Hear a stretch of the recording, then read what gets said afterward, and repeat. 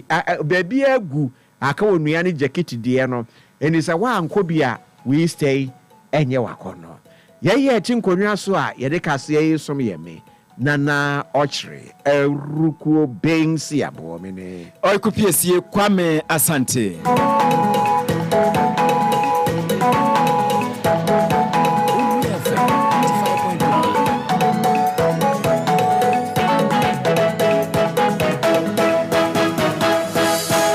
FM 95.1 Yemfri kasiabona se ewo Ghana mrahye bedwafie ne ho ene ne kwa anya asam keto akra mrahye bedwafo nyina ekwa asetena ya wafra se ya wo bobo state of the nation address ya o my Ghana ye gina pan a mampani na nadan kwa kufuado ede kwato dwa ewo na watwi emu no na enumu ena abobo no ekoso saa no ekwaye enchinwa hyepa ebeto ni ngo prampram mrahye bedwani onmanyamfo Sam Jatana te George ena afensuso Dominic Nitiu ya wo no ene Ghana so afọ ya wohwe bamba ho ensem so na enchinwahyewi ekoba ya na nyina no ene se mampani na nadan kwa kufuado ebo so na no ekire Ghana fo nyina se woni ne MPP aban ebedi ade mfiempim yenu ene edunsumu ebei no wonum aboa pa ama kade ne a ebetimi aboa ma asrafo wonum dwumadie akoso no wonum ayade che mampani bia waba bese ko ewo Fourth Republic emu na eno ena eka ho ema wonum ebobo sa ensem yi eho no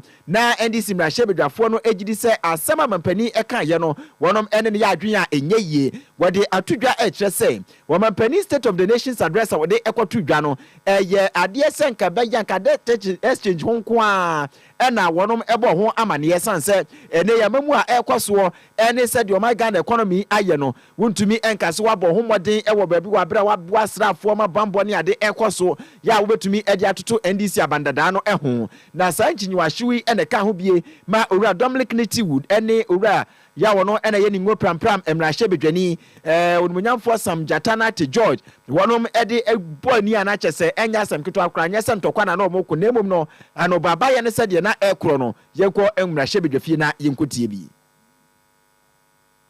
hardware that this president has invested in. It's not just the recruitment drive that this president has done for the security agencies. Mr. Speaker, for the armed forces in particular, the salaries and allowances of armed forces have been more than tripled. It's the same thing with the police service, same thing with the other security service. Because a hungry soldier is an angry soldier. You see, when I said the president has engaged the debt exchange program with the troops, the president stood in this chamber, these hallowed chambers of parliament, looked Ghanaians in the face and said that his government has constructed more fiber optic cable than any government in this Fourth Republic. Mr. Speaker, there is nothing further away from the truth. Anybody admitting that it will be tantamount to admitting that our president carries an Afro punk on his head. That since 2017, only 5 entities have been given fiber spectrum licenses in this country. Only 5 since 2017. The first one is Comsys. And at the time Comsys was given their fiber license, they already had fiber infrastructure built under the NDC. And Mr. Speaker, in all I have said, I have spoken about government infrastructure. What is owned by government? I have not spoken about private sector. If you put all of our fiber holding, it's slightly under 7,000 kilometers of fiber. Mr. Speaker, of that 7,000 kilometers of fiber, 5,780 kilometers were constructed between 2012 and 2016. So how then do you tell me that President Akufo-Addo would be telling the truth? The naval headquarters, the Minister for Defense, he is the minister who oversees the Navy of our country. The Ghana Naval Headquarters in Burma Camp was commissioned on the 11th of August 2016 by President Mahama. That the minister doesn't know. Mr. Speaker, on the 19th of October 2012, President Mahama commissioned hangars, simulators, and aircraft for the military. Mr. Speaker, President Mahama commissioned security housing in Tema, 136 2-bedroom units and 32 3-bedroom flats. If those are not housing for the military, I don't know what the defense minister is talking about. Mr. Speaker, in Labadi Village in Burma Camp, which is the heart of our military installation, President Mahama commissioned housing units for officers of the Ghana Armed Forces. In Boteman, the affordable housing projects that were abandoned by President Kufuor, when President Mahama took over, 6 of those units, and I'm happy the former housing minister is here. Honorable Atachia, 6 of those 48 unit blocks were handed over to the Ghana Armed Forces and completed by the President Mahama administration. We have men of our armed forces in Botema. Wei nsɛm ahodoɔ bi a onimonyamfoɔ Sam Jata Nate George ne ngo prampram rahyɛ bedwani wɔde atu dwa ɛfa sɛdeɛ aban abɛse kɔ ɛbo asrafo adwuma no ɛne sɛdeɛ aban yɛ ɔte abanwa so nso ɛyɛ ɛde abo asrafo adwuma no ɛna wɔse hɛ wɔn ntumi mfa wɔn ntoto ndi si abandada no koraa sanse bibia edi adanse pefee sɛ mampani data John Dramani Mahama wɔboae ɛma asrafo adwuma ɛkɔ so.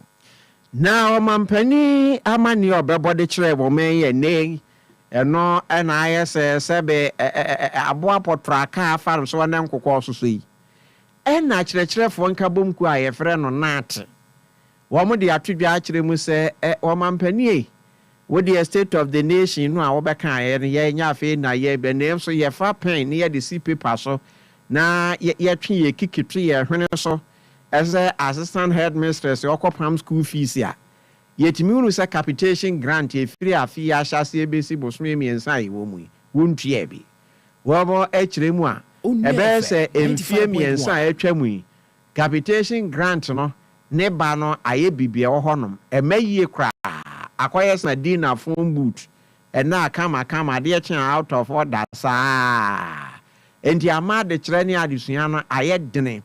And the woman say, so one penini, Uko Jina son Cromeni, a personal or called Jemu. There's a beauty capitation grant a farm woman, the one candia. There's a only teacher for any year. Nanate, one more for penny Thomas, Musa Tanko, and what the atro by enemy say, I buy my when ye has a cocoa bonny or troche near Triani Mecuno.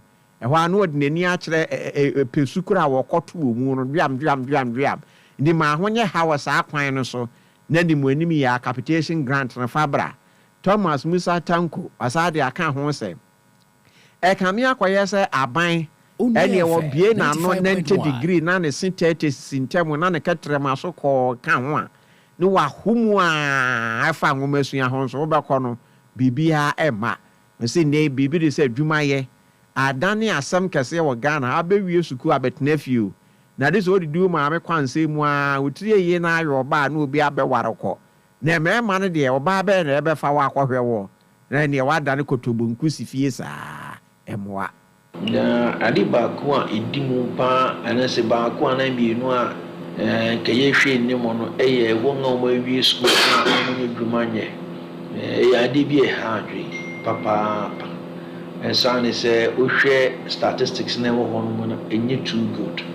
Engineer Queen Bia ebetumi afaso na sankrofo no benyi dwumaye no ese faso de to so bi mu no se won a owu school won mo frana ya wo keji na kika ho ese bo mo dia se every 4 years ebetumi asi school so no dodo se ne be ya baby a obi an obenye bi akọ ye to so bi ensa ene se ye capitation grant ne nyoma na eya content DBA capitation, Nabia capitation welcome. Na bisane sahina na mfanisi kanko ya na hina na bichia. Umenya na hwini. Ya akemia kwa yese ya jatu se sana tie. Di school na anya ade a hina na odi subo na ebo. Hina na odi subo na ebo. Enti no enya ne kwanso a. Ekwan bia ebe faso a ye betumi ape sika ene nneoma ebetumi aboa basic school so no matumi asua de no ene meni me mo ma ese abanhwe na ye university wo mse ne be abofra bi akọ school na yanso no be wi class 6 no na wetumi afa ne tuma pafra e ade betumi aboa oman Ghana ene ka ne se we mu nyina ekaboma ebetumi aboa ye amatumi aso kebi ma menkebi amamu na ya ga se ye ho security no so no ebetumi aboa ye ama ye tumi aboa ho ban ye. Thomas Musa Tanko nat trefo penny Yantua so ewo akatua ho ensem emuna Controller and Accountant General Department eye edmekua wonom ene hwe aban akatua ho ensem so na wopani a woda no abamane e de atodwa e kire se efri bra wo ye enhyehyeye se enei aban adwumayefo anasa government officials bi no mo ho a wonom akatua ye te so ha mu nkyemu aduasa sanso so ena eye bosome miensa bia kwatele no se de wonom ebubu enkompo ne niam ahodo ya wonom eto sika wonom ese no so wonom ete so ha mu nkyemu aduonu no efri sabre na besina ye ne mo ekesei no wo matumi anya Ghana sika foforo 90 million cedis ene de ato achese kenya se wonom etete ya anom akatua so a kani nyina akogu afuru kesiem ama sabre wonom ede atofu eko na eno ena owura akwasi kwainin bosompem ya wono ene ye Controller and Accountant General wo bo amane e wo 2023 annual conference asiye no wede atodwa e kire se sa na montuo ya wonom etu ye eyade a abo ye papa ma wonom atumi asiesa sika yi a ebetumi abo my Ghana e wakwaniasa hodo nyina so waba amane biem ede atodwa e kire se wonom de nhyehyɛ foforo agua kwamu a wode eboa se de ebeya won betumi ahunu se ampa dwumadi a wonom edi no nyade se obi befa kana sichi kwan bi so akatua no bosome so ha mu nkyemu aduasan ye bete saa so na bosome nan bia kwatele no saa niam a wonom ebetoto expenditure no wonom ete so ha mu nkyemu aduonu ni nyina no wonom ede abefo kwan so ya ebetimi aboa ama yenya sika no boso ede aka ho. Globally, the past year was very challenging. The economy of every country, including developed ones, have experienced an economic downturn. This situation compelled government to undertake and implement expenditure rationalization. Expenditure rationalization measures, which include 20% downward adjustment in quarterly expenditure ceilings. The executive also suffered 30% reduction in their salaries. So it means the president, the vice president, the chief of staff, and all government appointees were denied of 30% of their emolument. And I know, wisdom is here. I know we generated almost 19 million for the year that this directive came to be. So this is how much the executive has contributed towards these measures. As part of the agenda to expand and deepen the scope of the national account and to meet other fixed asset management needs of the government, the department, in consultation with the audit service and the internal audit agency, we have developed a template. And this template is what we're going to use to capture all legacy fixed assets for the 2022 national account. So, Honorable Chief of Staff, for the first time in the history of this country, we are going to include legacy fixed assets in our financial reports. And this is going to have a complete change in the face of the accounts.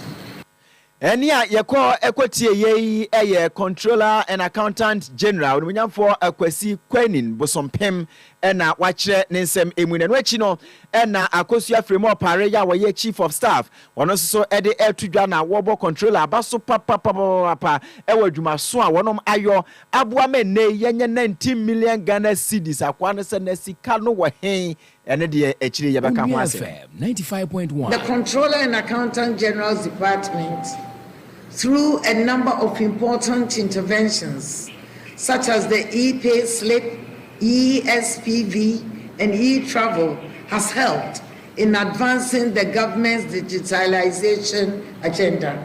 The government remains committed to cracking down on corruption and wasteful public spending through strategic interventions and targets set on the Public Financial Management (PFM) strategy.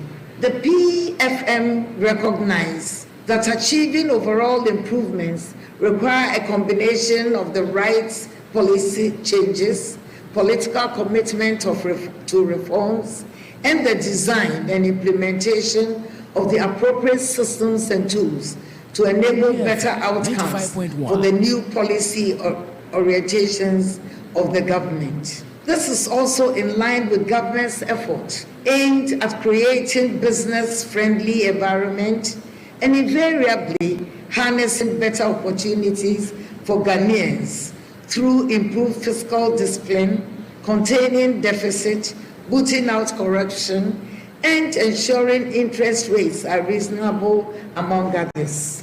Government is also committed to tackling head-on the bottlenecks in the management of the wage bill and public expenditure.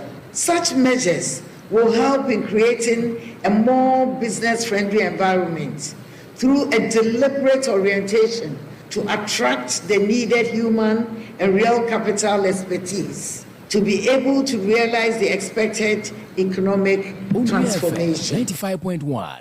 Mame Akosua Fremo Pare Chief of Staff Nene Ena Yeti na ne krakra mu no ena Kwa West Kwa East mum opani a woye abankra chipani wo Isaac Japan enso ede to Controller and Accountant General Department enim se wonom enhwe na Public Financial Management Act 2016 na ye Act 921 no womo enhwe se dani da nyina no wonom ede be ye adwuma na afi womo ede Public Procurement Act no so na aboa amase de wonom atumi asie sika kakrai no ebi atumi abeka ho.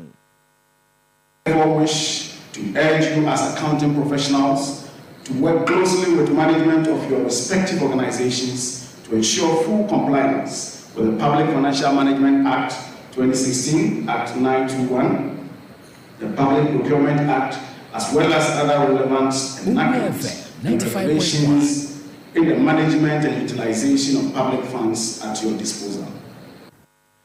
Wei eye abankra chipani owo Kwa East ena yete ninkan ya wode ensemu ede eto edwa Ugusu tio ni anonsia kase bo yenko ensam foforo emu na ene ye wo hodma resa manfo a wo mo wo epona no ho kakra mo di adai wo mo di saa ne asede na aba wo mo se Turkey ni Syria kuma bi ne nam hanumu eri ese Turkey ni Syria bepe de wa hanu obsia asase na esu wase no enukunukunimu no na eni amanfo tempenten kwa ero na Ghana Geological Survey Authority edi abetudwa kire mu se Ghana fo mamu nsuro ma mu hihim na obi ankoso anye na dwuma esansa asase no enukunukunimu kakra won kran fa bi bese nonkron akobo nondu enawi ananopei no enya de a ebetumi akum nipa wo kire mu a Turkey dia na ye 7.8 Richter scale ne so no Ghana hadum de na ye 2.8 pe enti wote se asase ni gigirigirigiri kakra de nanso nya de ebetumi abu agumu anase bebu adan na edi bone na ohwe ba bi esi ye no pa na eba kuromu no a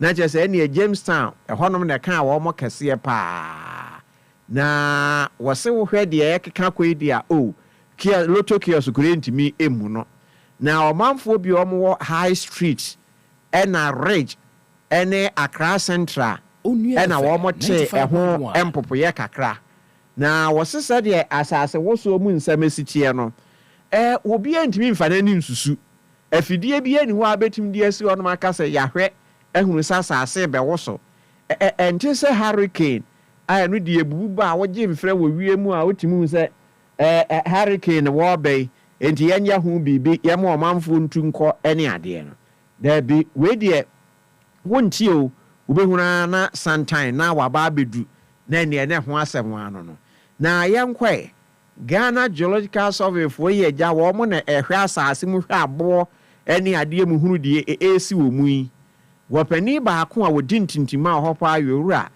Nicholas Opoku yane no eni nkomo opani wadawro ma so otime nka amemo adwo ya ne me pa cho boko de Yehowatom 95.1 yes nti yes ye ho ye eja mose enade si ye emohu memani moyehu me ba cho dru susu pen be ya ɛna no betumi ayɛ din ɛbɛka sa fe di nyabɔne ebedi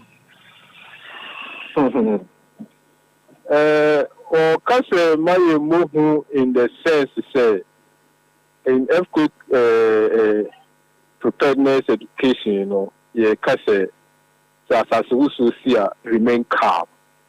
Na per BBT say table and I said BB sa associate. The name say you see amount for the drill. Emma don't want to me remain calm. Say table as here. I say oh calm na that say. Any kwasa as we na see no go hu na hu de onye ni na say for. No ebasa na untimi se bi aka se table ase ana se sempa se no kra no untimi nye so anything that is that so see first thing now also you say remain calm and quickly take over under a table, hold on to the table, tell the bear say bibibu na be to table bibiba bua e me board direct na ade na akwasha ase no bitimi akushin wo kakra. In general, because amount for remaining calm, that's how you patch. Because we are living with the risk. And now they say, and they say, but you beat 1, 2, 3, and then I say for the dynamics, and we are still studying it. So what is the mission? And in Tinama, a case of BB says here, also remaining calm. Not just a matter of here. So who say BB say ba? Kope bibi na fa uti kwa hinta se so ho. Yes sir pepe because we timinya bibi edu ti eshasia because within 10 seconds you know freely as so na e need 10 up to 30 seconds na asasina wo so bi so intino enya de say afi na wo be to me free with them wo pie akọ na wa hwe ya umpie kura na bibi abo up for so because a time interval is extremely short, few seconds. You do not have a case a secret. Don't panic. So remain calm. Na pay table and I say and peppy na any art object here. Only be cool on sakura fakofa because the tiny heart is so delicate. Person piano. The partial WOHO by say assassin here. Okay. Na eja munni mfidie bia ye betimi dia hwesa nse hurricane ba wo mutimi hu no mo abɔ ho dawuro se bia na wotwe se no beba beduru enti mo amote ya muntu munni bibia betimi dia hu asase wo so. Asase wo so me say you define no a sudden onset event. So it's a bump of film. So, and this the lead time in Pokula Babana is very short. There be a 1 second and a 2 seconds and a 3 about 5 seconds. And then maybe our early warning systems for what a bit my mouth few seconds 95.1 early warning. So it's in the lead time not quite very short. And to say other forms so not to say be a issue talk then I say for no lead time lesson. Even when meteorologists cry and calculate now, walk out to me who say the and then change you better. So, but as also the because you are dealing with the solid earth, and at least we see deep inside the earth. We are very to me about 10 kilometers, 15 kilometers, 50 kilometers deep. And the air also you need to me and this is VMA. It's me study. Hello, and this is VMA. It's me study cloud movement. It's me to be actually Nigeria, Banti, estimate Ghana, and I say BAB at a particular time. So because you know the sky, you know, you're void. You do planning as so you're able to see to it. But the deep solid earth you still a man and I say a bit more credit. Okay. Now Ghana ha behind bay and you say high risk areas. Okay, yeah, southeastern part of Ghana, no. and more at risk. And a mountain also a defining boundary. No, so we have mountain is free, more affected by Nanyam, which are Bri no more Kofa, Kofu, Kofa, Bri Kofa, Akusumbu Kwa, only to go. Some mountain is defining your fault zone. It is one when you call the eastern part in Yinano. Is prone to earthquake. But on the western side, you know, Kwa Kofa, Achim Kui, Bisu, Kwa, Kumasenome, Sunyai, parts of the north, the whole western part, the whole is stable, as I also know, intense war. But the eastern part, yeah, Makano, a honor, a mobile boat, and one, as I also know, is. Naturally, say, oh, Caswa, oh, Bri, Amasama, do one year, dear, bit me account. Yeah, I want you know, a food belt. But I can't say, Biana, a bay, a poor and crime side one. I want to put one 8.1 because of say 40 Americans, this is that the Pumua, a bimiti, sir, Yemibo, Mikai, so. Accra, coast of Accra. It's a massive coastal part of Accra. No, I am more at risk than other parts of the fourth line and American. Naturally, the northeastern part, yeah. Naturally, send your here. Enka near dear cranka high rising buildings in Kawasi at Chiso, Anna.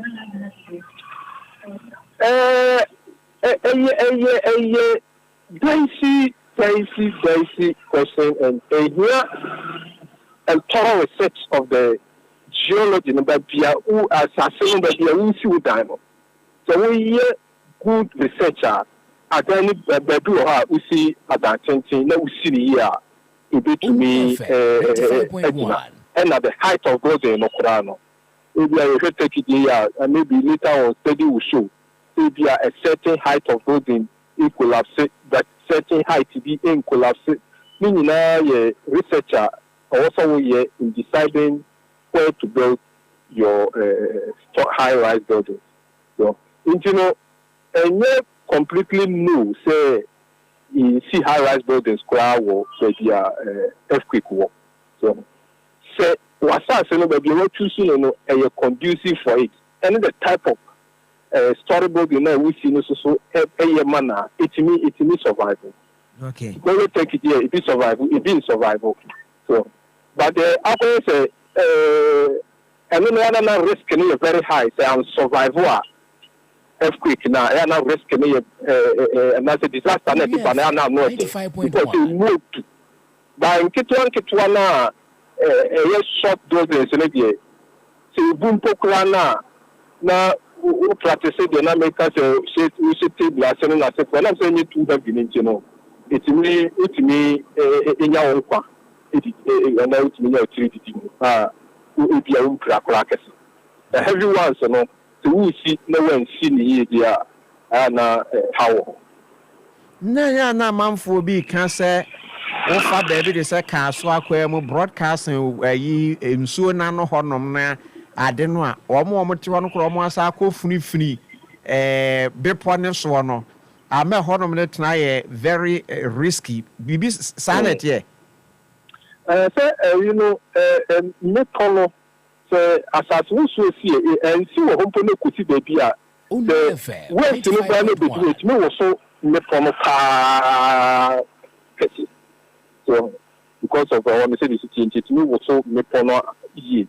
And as a mipon so could go na assassin so man Casacra, maybe I would then see no avoiding room tinka, assassin so into me. But no, so the polo is slope face a year on stable, you know. The foundation no clarity between Emma or Bodin in it be good for. So it's in a ma Ayana ye Casse, one of the sea dying a war and me postal or baby a earthquake warner, Anna and Tanya. And no, even apart from earthquake, I say, in so talk a secrana, it me dream me pono ever from Emma so the Sukrana, and so to me perform as in the form of landslide. So apart from earthquake, the landslide to me at the old time. But in a 95.1. Acquire Bia, so we see a guy will make on this one outside. And I'm upon Quay movie, was said, yeah, what was seen the follow up from Pa. And what was seen slow face. Most of the first now culture, who free Oyare Fana or Pa. I will say who are there with slow faces. What would be a group of profession? It was a compromise one and anchor. Omuta ACC at that a fan Latin now was a mufla could be upon a pump from plateau one that is a time. But then a dreary slow faces in a city also. And no, practice I am wafra. Yes, Nancy, as I was way, Menkaya, a free bear in fear bear, me new. Ebe si DNS yes Ghana ha no yenya be me nsa ne nan ni nyina ne se eba emunye du saa eye kokobo bi maye se wose ye bibi so who dynamics no a boss so dynamics no boss na in all cases no if you take the worst case scenario aya na eboa. So if you take the worst case, any question I tell you, you have the case to me, see, and I say, listen, take the worst case scenario, prepare for it, now make sure that it's here, and for serious disaster, Ember. Let me say, take me as a phone in now, but yeah, one more thing, say, you're prone to earthquake. So, I be to open, but at some point, when we say all the ABC after 80 years, 100 years, it been to me to do no more a disaster no a buyer. It's not the advice to say take the worst case scenario and then prepare for that worst case scenario. Openi yedase anwumre. Listen to that. Openi ene na di nkomo ye frɛ no Nicholas Opoku. Womo a we de we nye padi hunufu omo hwewiem we ye padi hunufu omo hwa abo ne asase we ye padi hunufu omo hwe fam womo hwe fam omo nso no hu no wo se wiem de agya obi abetimi ehu na de wo fam no ya asemu magicians but nana ene esibe around 10-11 ho won be 9 getting to 10 95.1 and yes if amasumo ba na me kan say heavy duty track bi na etwam as a enam rough road so that kind of you know sa na me te no say as a bi sa but na me nim say bibi e te sa ene na ye opana enti until say me ba office na me te say Nash ka say and almost say earthquake asanya si o na me say sa na me nhye da na wo hwe line na we say affect high street yes do hwe high street na hwe wo line no a ebetimi aba me ho ebeti aye obra yantu akasi aba no so na yankwa yanim ewo ensem foforo emu na yede ne kyeremu ewo Tamale na Tamale Technical University NNA emu adesuafo apala yo wonkoko apai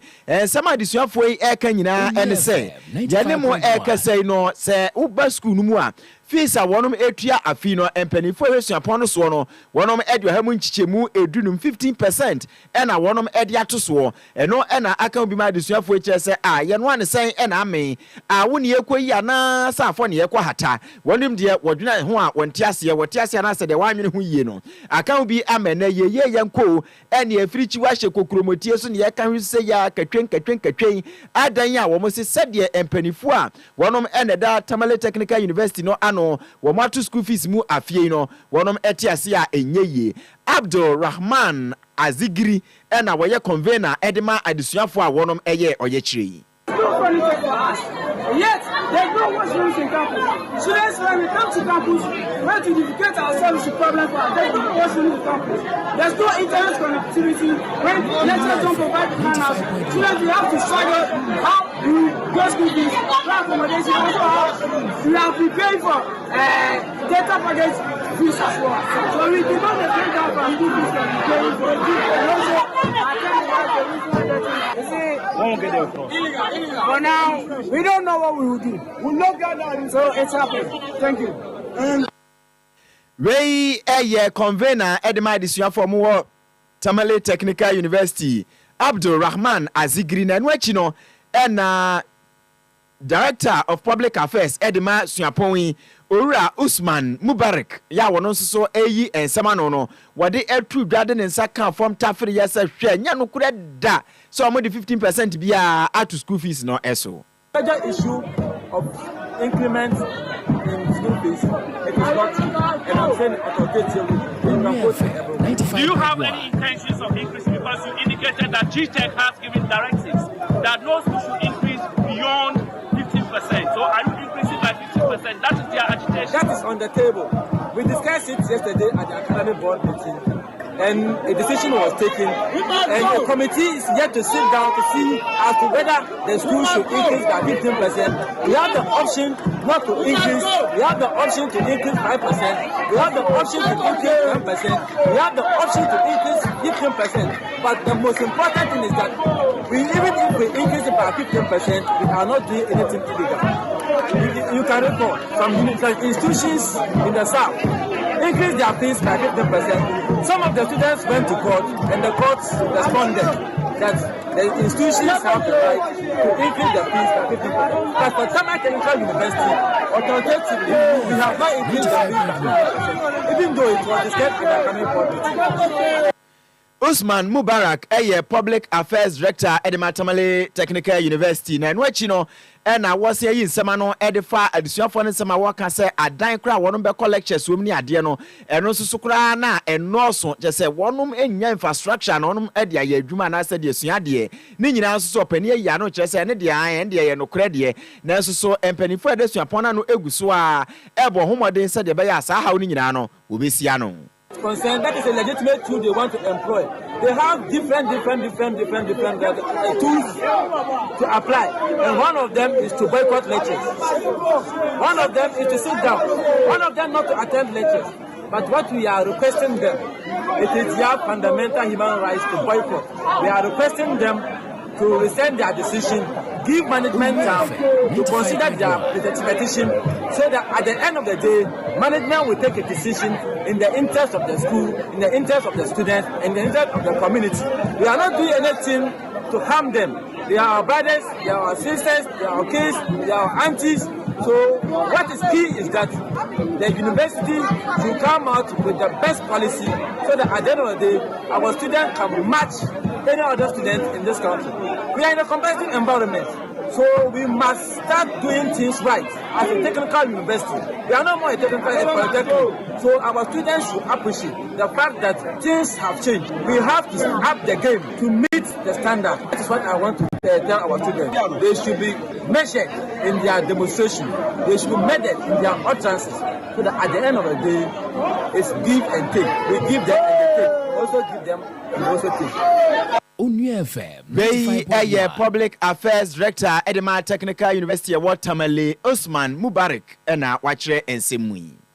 Yanko ensem fufuro emu na yeko yapom de ensemu na maami wenimu de ewo edidie ensemu yebeka so a dietitian ewo Cape Coast Teaching Hospital enwo de atu edwa akire mu se aduane a yede afa mfidie mu de efre processed food na say yetu aguso a ye dini di bone wo memre no na aka ho bia ma omanfo kidney yade ate atese wo memu ene wo be kwa yese hwan enenam minced meat ni ya process ni ya ye ni sei ena hwan ene wo bi empebre enti obi a pede ye de afa mfidie mu de agugu nkonkumu ni ade ni wo tusu a no wo di enkwan ne fufuo kro bi pack wo be watete agu nkonkum ne ya ka bete atete agu nkonkum banku ni ye twitware nkontomo akora ntinka wo bi eso ano wo sesadi Ghana fo mpebre enna mam bi atudwa kire mu sesa processed food na ye de nkyene any preservatives ya wo ni say twom no abusu aye to memene ne kokwa te se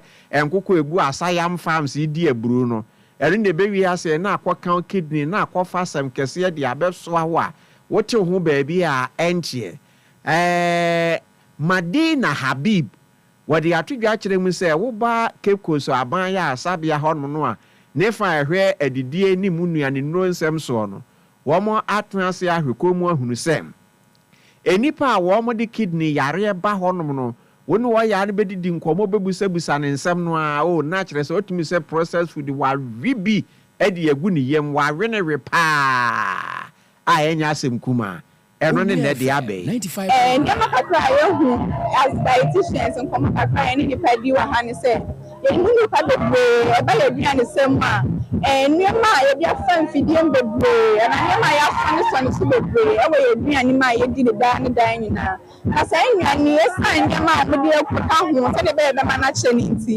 ɛyɛ na ɛde wɔ nsusuanso bɔne ɛma nipadua no ebi ni sɛ yɛbɛma yɛ pressure akɔ soro na yɛ pressure no so kɔ soro a ɛtumi fa yareɛ bebree na pressure yɛbɛkɔ soro nso so a yɛnhu ne ntɛm no bɛhu te bɛkae wɔ ne nneɛma bebree kekakeka ho.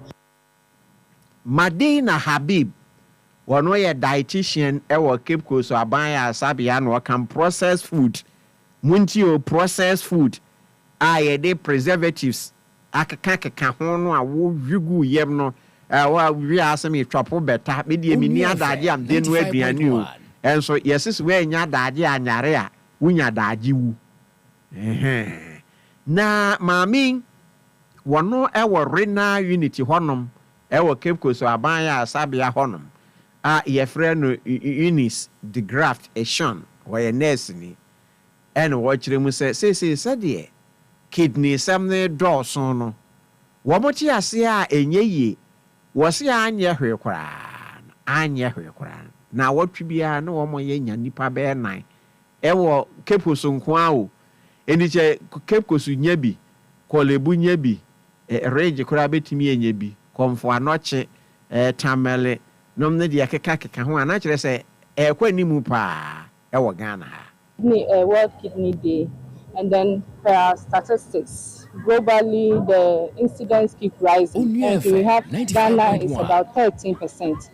And considering our population of over 30 million, we are talking about 30,000 patients. And then when we narrowed it down to the post-teaching hospital, like Central Region, we are getting almost 3-4 cases every week, which is very alarming. And that is why we decided to do this fabric screening so that we'll be able to catch them early, especially the situation with the chronic kidney disease. So we want to catch them at the early stages so that we'll be able to manage them and prevent them from getting to the end stage and then coming for the dialysis, which puts pressure on our little resources that we have. Kidney health for all.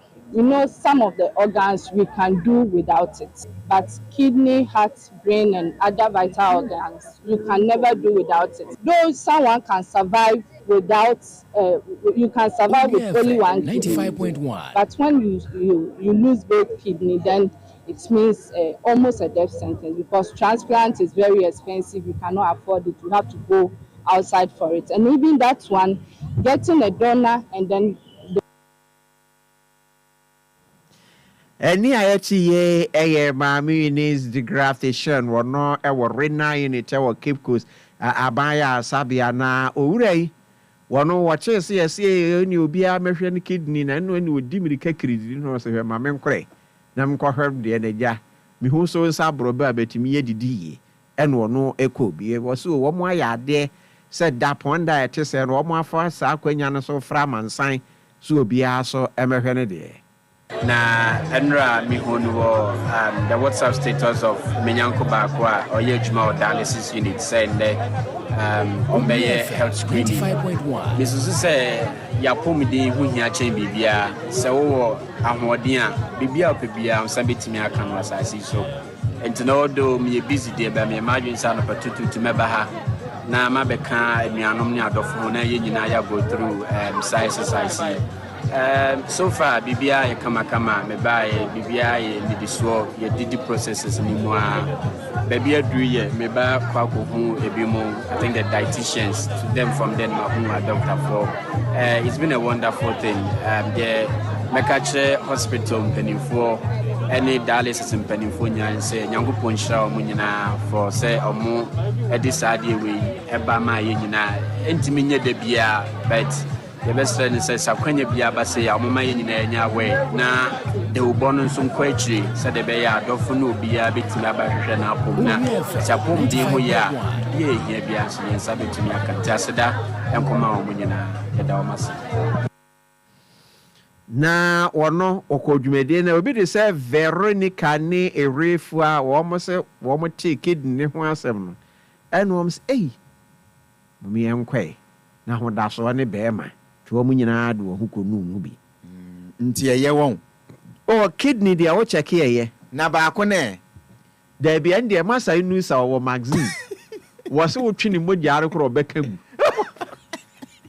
wo ma fa kwa ye de biara afa be kan ne se bia o pen ne wo so twi obehwie gu wo na be bo na hwie bo atu eni ejisi wewu nu abehwe akwa ye test what ya se party obehwie ba kidney ne de amanfo enkohwe wo se e ka ba ko a eye adwuma te se de bienu ni nyina wo na nti wa hwe abeka se oye oye kwa hwe ya no akonde me ba ko no so aka nti ukọ na hu se ni nyina ya eye e ka ba ko ana afi we hu se de obebo ho ban say green bottles na abete so ano ate so na processed food no to say we no sausage si nom ne sa na ni nyina ye processed food na wa jai nu we jai kura won se sa na ma yan kan chom so mo nte so kwa won se ayi no ba ku yi a wo mo ta di dokuni yesi na mpina mo aya won se wo ti video nsa nchini wo mpa eno no ne ade no a e de risk no eba no na sa na ma no na we jai na timi ama watena se ya ka kire maso ye de dodo wa branya kwansusu akontomire twi apotonsu a wote ho watete bia wi akwaye beka se wo de wo grasi ni I want to eat rich ne yankwase abrofo bi nso esan wa ye so yebe wuntem se yantu akase eba so na yankwa ni me ewo ensem foforo mu na ye kwotema na ye remu ewo dumja adwuma ni mu wo kwotema wo pani a woda dumja adwuma no ewo ho eye ACFO1 Doris Lamte wode atudwa etchese wo batema region numu a eja hyehye ya na kyese etoto ho no basa na numu ho no nyame aya adoma se die nkakra bedwam kasa kire ne ade na no amanfo so eda wo ho so ya sei no so ate ho mu nchichemu be se aduonu ensia 26% a wogiri se nkakra no wonom ekọ wonom animu wode ensemu atudwa na eye adwumefo a wonom digya wonom diguma ewo bambo adwuma no mu na wonom ekabo mu a wotu monte so enante yefa se kwanya no sonso no ede ekasa kire wo manfo no se beya wo nyina no obi abetumi abon ho ban ede afri eja ho na wo hwe se adwumadie ya na eye nipa bia wonom afri Ghana National Fire Service sanso so na Ghana Navy, Ghana Immigration Service, Ghana Port and Harbours Authority ene enwekwa wodopi ya wonom nyina ya bambo adwuma na woka wo hubo ma wotu sa anamonwi na wonante wie ye na mamelamte eshia ensentrefo na wode etudwa wo kire se de ne wonom ye ya wonante montin so nyina san de kasa kire amanfo no ye sa no maye ne kakra men na ye ne mo ekesei wo batema region numu a eja ehyehye ekoso wo honom no eso atimi ate be so ho nchichemu aduonu ensia ya to health and safety work adwuma so bia afibia no ye ekwan a ye pese ye bo deru kire tema manfo nyina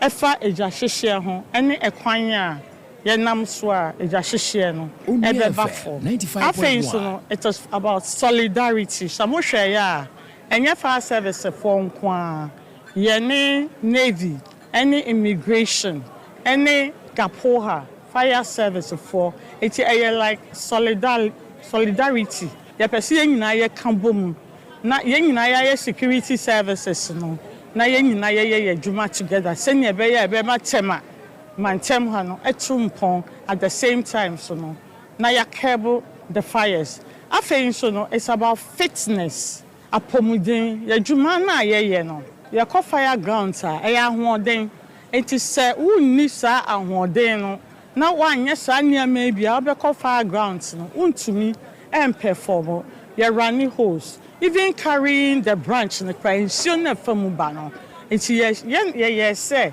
ye na obia enya na 95.1 senior be ya ye betumi combat fires no within the region and no ne nti aya ye di surgery ene Wasanso ebubu enkompo editudwa ekire se enei se wohwa bibi etise eja eto afiafie mu domestic fire no so etiye ya kyese eno no ekọ ha ene aduawotwe emiensa sanso ena commercial fire ha ene aduasa enum sanso ena de nyamahoden electricity fire no so ede ba no eye ha ene aduonu enwotwe ka eja to mu ehye no ene ade no eno so ekọ aduosia ebaako ewira ejato mu bushfire enso ekọ aduosia eno so wobubu ho enkonta domestic here 183 and a commercial fires 135 and on follow the domestic fires. Then we have electrical fires. So when we say electrical fires, mostly a transformer, ECG pole, and ye fear so no electrical fires to me started a free a honum. Now fe yaba vehicular fires, car fires, and so 61. The electrical fires are 128, the vehicular fires are 61, and then we have bush fires 60, and then all other fires and so too. Institutional fires, we've had only 4 of them. Nekrakra mu no mame lamte etu atiefo ene Ghanafoɔ nyinaa fo sɛmo amotewa na mu hu de mu afo mo mfanya wɔ hɔ a na ɔma dale number na ɔma frɛ fire service for say eja to ha o na ɔma tu ka hwehwehwe ɔbaba bedu na eja bia ento hɔ no saa prank course no wɔ se eno sumunya yɛ san sɛ wo ya wo yɛ ne yeso mu se te wo sɛ emra ɛwɔ ɔman mu Onua papa Onua fire service keke na ye rough and na miss yes stress omu a eyesa no omu enjoy ebia wa frɛ wo ye rough no na eja papa bi hye wo baabi onipa no ennya kwan through the lines for all you know ebia enya wo fie a ebe ye obusuani bi fie ana se o office ana se wo dofo bi pa residents ana anywhere it is almost said de be ye juma a bibia be konkan no ma omo enye prank calls no but wo yen so a sesia no ye ne MTN ne other talkers no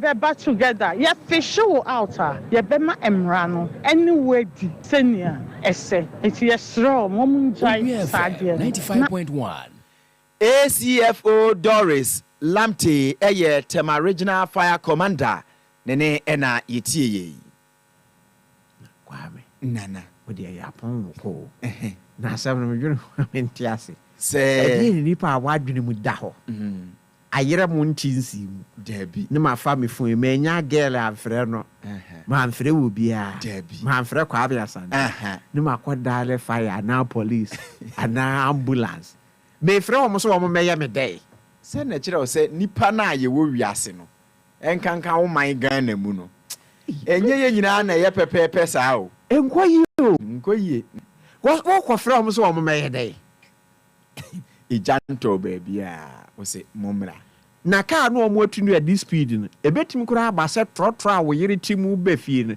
ebetim na akobɔ mpuni mpu na wo yere na wo maame bi na wo maame wo nua bi ana wo fa bi wo mo fa mantamu baabi na aba nam ho ami edie enipa nkasa yegumu ahodo debi o we yehwe se yenyire enipa saa na omo keka menyini bato hwe bi suban asa ye honam ni bi na dura bi no ho keka because car no say be the speed ye kwan so nye free saa debi enti wo mo yin ne hare ena no fan se ba akọ akọbọ fem en ba saa nso a na omo amedu ntem nso a ye na mo say di atem wo mo ache enti wonim se saa fire service kai ebi ena di Frank Taylor Fox FM Frank Taylor ewu no ekun ne wofa ekun ni nua wow eka ho wow ewu kumase encha ekura FM 95.1 September October mu 2022 ya fire service cow eba na ni nua ba no kura e wose me frɛ ma pa obisa no menim sɛ o survive ya ekobasa efunu enan because na ne maame ewu hye fridge mu ɛna ne nua no owu ka ho no de ekoye nie ofira brochire bai ɛna wɔse ohu ne maame akyɛ nti wɔkɔhwɛ o maame nti wɔkɔye no na maame no yare ko wu wɔkɔmfo anɔkye no onu ne yere hokora o nti ɔmode no kɔhyɛ fridge mu wɔ kɔmfo anɔkye no ɛna maapo ɛne ne wɔfa no ɛne ne nua ba ɛne ne nua boy na ofiri abrochire baaye no saa nipa miɛnsa no ɛte kaa baako mu ɛna Franken so de kaa baako nam ɛna ambulance na fire service car ɛbɛbɔ deɛ ne wɔfa no ne wemu team no at the spot na ne nua boy no ɛne ne wɔfa no nyinaa krananana ɛkɔ kaa maame no ho miɛnsa enti we suppose ɔbaa no so kra na baabi ɔda no nenye enti we sɛ na yɛ plan ko a hwɛ deɛ wakɔ so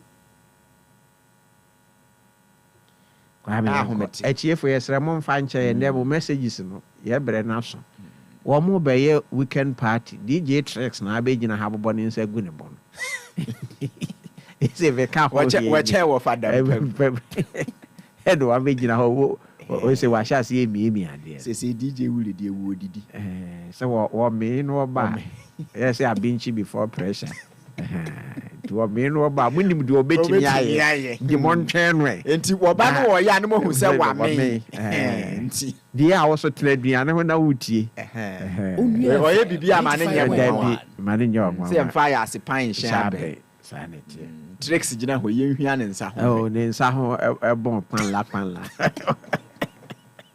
se o makoyo mo hu no mo ama ye na Robert ase on a dear call Facebook and you may a dear call social media platforms in India. So, what would say, share that's it. Only at Lana or to when yama, and so you are trying to prepare Eddie amount.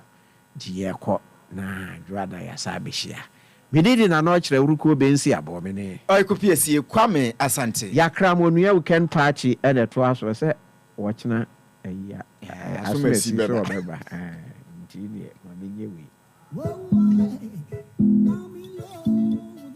Our real your best